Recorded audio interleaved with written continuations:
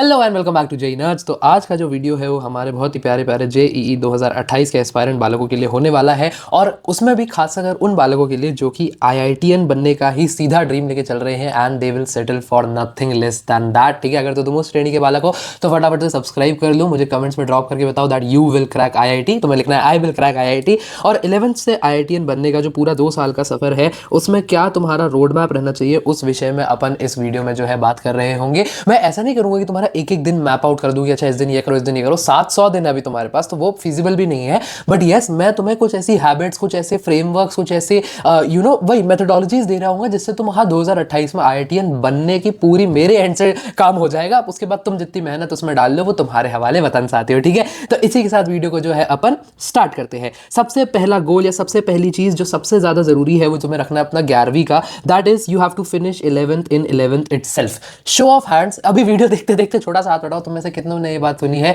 कि हाँ भैया बहुत सारी वीडियोस बनती है 11th वेस्टेड पे। बहुत सारे कमेंट्स आते हैं, हमने यूट्यूब पे स्क्रॉल करते हुए इधर उधर देखा है कि हमसे एक साल सीनियर वाला कमेंट कर रहा है कि हमारी तो 11th वेस्ट हो गई। इतने सारे तुम्हारे सीनियर्स को जानता हूं मैं जिनका ये रोना है कि 11th बर्बाद हो गई। तुम्हें इस कैटेगरी में कतई नहीं आना है, चाहे कुछ भी हो जाए। तो मेरे स्टाइलिस्ट साहब साथ नहीं दे रहे हैं, और ये क्यों होता है? सिर्फ एक कारण, क्योंकि दे डोंट स्टडी कंसिस्टेंटली। तो कंसिस्टेंसी के साथ जो पढ़ाई करता है, भले ही वो इंटेलिजेंट ना हो, उसकी रैंक अच्छी आ जाती है। एक बड़ी अच्छी कहावत है, जैसे वो कहते हैं कि hard work beats talent when talent doesn't work hard. So it doesn't really matter कि तुम कितने इंटेलिजेंट हो, तुम्हारे कितने अभी तक नंबर आए हैं। अगर तुम कंसिस्टेंटली पढ़ाई नहीं कर सकते हो then JEE is not for you and IIT is not for you, as simple as that. तो ठीक है, 11वीं को 11वीं में ही फिनिश करना है और कंसिस्टेंसी जो है हमें बरकरार रखनी है। अब एक वीडियो से क्विकली सेगवे लेते हुए, अगर तुम कंसिस्टेंटली और अच्छे से अपनी 11वीं जो है निपटाना चाहते हो तो आई एम प्रीटी श्योर तुम सबने अर्जुना जेई बैच का नाम जो है सुना होगा। अभी हाल ही में विश्वास दिवस हुआ है तो बड़ा अच्छा मौका है, क्योंकि अलग सर ने विश्वास दिवस पे अर्जुना जेई के प्राइसेस जो है वो गिरा दिए। 6000 प्राइस था जिसको 4800 रुपए कर दिया है। एडिटर साहब जरा बैनर दिखा दीजिए।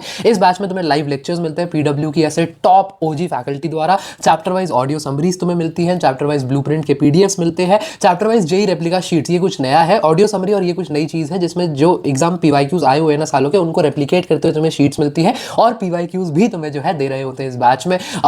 अगर तुम इस बैच को लेना चाहते हो तो NERD 150 कोड यूज करोगे तो थोड़ा सा एक्स्ट्रा डिस्काउंट मिल जाएगा। परंतु इसके साथ साथ कोई और बालक, अगर ये 28 के अलावा 27 वाले बालक देख रहे हैं जो ड्रॉपर हैं या फिर 12वीं में जा रहे हैं, तो लक्ष्य जेई 2027, प्रयास जेई 2027 और पीडब्ल्यू के मॉड्यूल्स पे भी अच्छे तगड़े तगड़े जो है डिस्काउंट्स चल रहे हैं। एडिटर साहब सबके यहाँ पे बैनर्स लगा दीजिएगा। I don't think this is an opportunity that you guys should lose at all. ठीक है, तो फटाफट से जाओ, लिंक वगैरह में डिस्क्रिप्शन में दे दूंगा। NERD 150 कोड है। जो भी बैच तुम्हारे लिए सूटेबल है, तुम ड्रॉपर हो, 12th में जा रहे हो, 11th में जा रहे हो, मुझे लगता है अधिकतम 11th वाले बालक होंगे, प्लीज जाकर उसको चेकआउट करो। This can be really helpful for you at an economical price. ठीक है, अगली बात पर चलते हैं। अभी मैंने एक रिसोर्स बता ही दिया है, तो उससे जो सीख ये है कि please stick to one resource. मान लो मैंने अभी अर्जुना की बात करी, तुमने कोई और बैच भी ले रखा है, दैट्स ओके। मतलब अर्जुना बेस्ट है बट ठीक है, हाँ तुमने कोई और बैच भी ले रखा है, दैट्स ओके। बट अगर तुमने अब ले लिया है ना कोई रिसोर्स, पूरी अपनी ड्यू डिलिजेंस कर लो। पहले मार्केट में रिसर्च कर लो, अलग अलग बैचेस कंपेयर कर लो, चीजें देख लो, लेकिन एक बार ले लिया तो उस पर पूरा भरोसा रखो। ठीक है, दैट्स इट। बच्चे क्या करेंगे कि एक कोचिंग ए का लेट से उन्होंने बैच ले लिया है, यहाँ पे उनका 25% प्रोग्रेस हुआ, मार्केट में एकदम से कोचिंग बी आई, उनको अपना कोचिंग ए से ऐसे ही रैंडमली ट्रस्ट उठ जाएगा और वो बी में शिफ्ट कर देंगे। अब इसमें प्रॉब्लम पता है क्या है? बी में नया माहौल है, सिलेबस नई जगह पे चल रहा होता है, टीचर नया होता है, टीचर का पढ़ाने का तरीका अलग होता है, उससे कोप करने में वेस्ट हो जाता है टाइम, और 25% का प्रोग्रेस जो है वो उनका मात्र 15% का रह जाता है, और वो वापस उसको 25% तक लाने में एक एक्स अमाउंट ऑफ टाइम जो है बर्बाद कर देते हैं। तो ये बर्बादी तुम्हें नहीं करनी है। जंपिंग, रिसोर्स जंपिंग तुम्हें कहीं ना पहुंचाएगी। ये मैं कोचिंग का कह रहा हूँ, सेम चीज़ हो सकती है तुम्हारे मटेरियल के लिए जो तुम यूज़ कर रहे हो। आज को तुम मॉड्यूल यूज़ कर रहे थे, कल तुम किसी रेफरेंस बुक पर चले गए, परसों रेफरेंस बुक से वापस किसी थर्ड मॉड्यूल पर आ गए।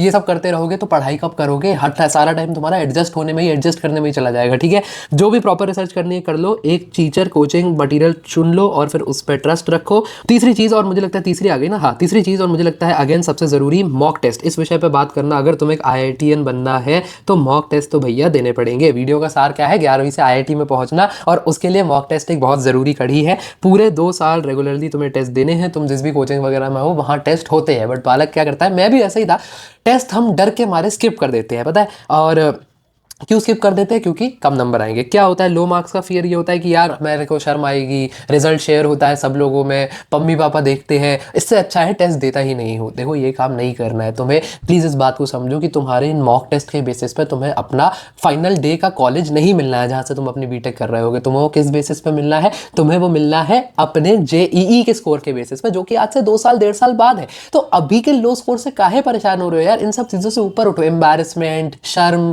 अरे कहीं कोई फर्क नहीं पड़ता भाई। क्या हो गया? 2 दिन लोग हंसेंगे, परसों टेस्ट में अच्छा ले आई हो, वापस अच्छा हो जाएगा। लेकिन वो अच्छा लाएगा कैसे? वो बेहतराव होगा कैसे? जब तू टेस्ट देगा। Also test haves to be followed by analysis, that is very very important. तुम्हारे पास इसका एग्जैक्ट आंसर होना चाहिए, where am I losing marks. अगर कल को तुम मुझे टकरा जाओ दिल्ली में और मैं तुमसे रैंडमली पूछ लूँ, ऐसा बड़ा अजीब लगेगा मैं तुमसे रैंडमली सवाल पूछ रहा हूँ, बट अगर मैं तुमसे पूछ लूँ कि पिछले टेस्ट में कितने नंबर आए, तुमने जवाब दिया 100, मुझे तुम बता सको कि बाकी के जो 200 नंबर कटे हैं वो एक एक नंबर तुम्हारा कहाँ कटा है, ये बहुत ज़रूरी चीज़ है। तभी जो है इंप्रूवमेंट होगा, तभी वो 100 का 150, 150 का 200, 200 का 250 होगा। अगर तुम्हें अपनी एक एक गलती पता होगी, वो पता कैसे होगी? जब तुम एनालिसिस करोगे, और एनालिसिस कर कैसे पाओगे? जब तुम मॉक्स दोगे इन द फर्स्ट प्लेस। ठीक है, I don't think I can stress it more ऐसे कि कितनी ज़्यादा इंपॉर्टेंस है मॉक्स देने की।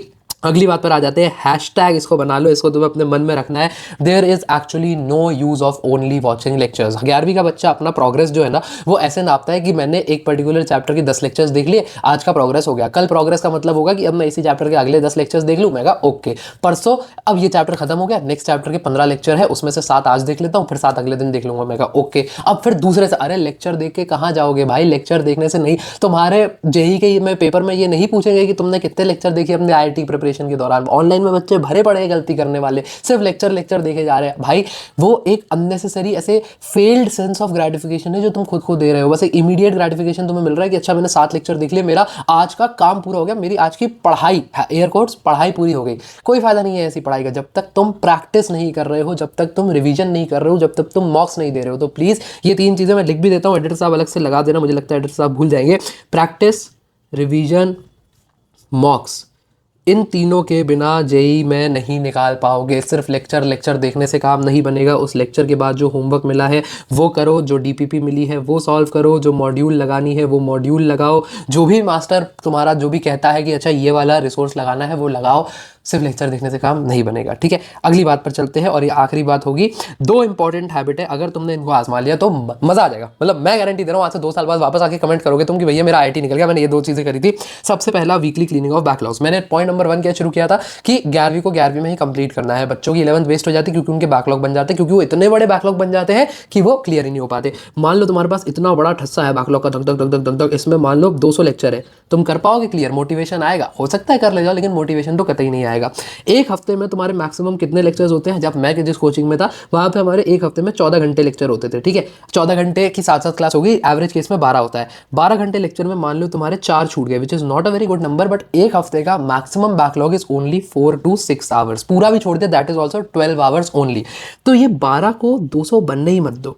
हर हफ्ते किसी संडे को बैठा लो या सैटरडे को बैठ जाओ, और ये जो उस हफ्ते का जितना भी थोड़ा बहुत बैकलॉग बना है, लेक्चर्स का हो चाहे प्रैक्टिस का हो, कोई डीपीपी देनी थी जो नहीं लगाई, उस हफ्ते के हफ्ते ही निपटा लो। जब तुम ऐसे डिवाइड करके हफ्ते के हफ्ते चीज़ें निपटाते चलोगे ना, तो कभी over the period of time pile up होगा ही नहीं। It is very equivalent to कि तुम रोज अपने घर का कचरा साफ करते जाओगे ना, तो वो महीने भर बाद वो कूड़ेदान बनने नहीं देगा तुम्हारे घर को। ठीक है, अगली चीज़, fortnightly mock test. Mock test की मैंने तुमको वो बता दी है, लेकिन क्या करता है कुछ बच्चे मेरी इंपॉर्टेंस सुन के ना ऐसे चले जाएंगे कि हर हफ्ते लगा ले, और कुछ बच्चे सोचेंगे कि 2-3 महीने में एक बार लगा ले। दोनों ही अप्रोचेस गलत है। एक अच्छी फ्रीक्वेंसी होती है कि महीने में 2 बार मॉक टेस्ट दे लो।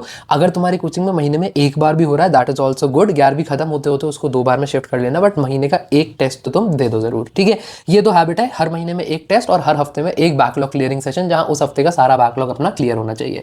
ये 2 हैबिट्स तुम्हें बहुत लंबा लेकर जाएंगी। बाकी और भी कोई दिक्कत परेशानी हो तो तुम कमेंट्स में ड्रॉप कर सकते हो। चैनल को सब्सक्राइब कर लो, सब्सक्राइब नहीं कर रहे हो, बहुत सारे बालक सब्सक्राइब नहीं कर रहे, सब्सक्राइब कर लो, पढ़ाई करते रहो। All the very best, good bye.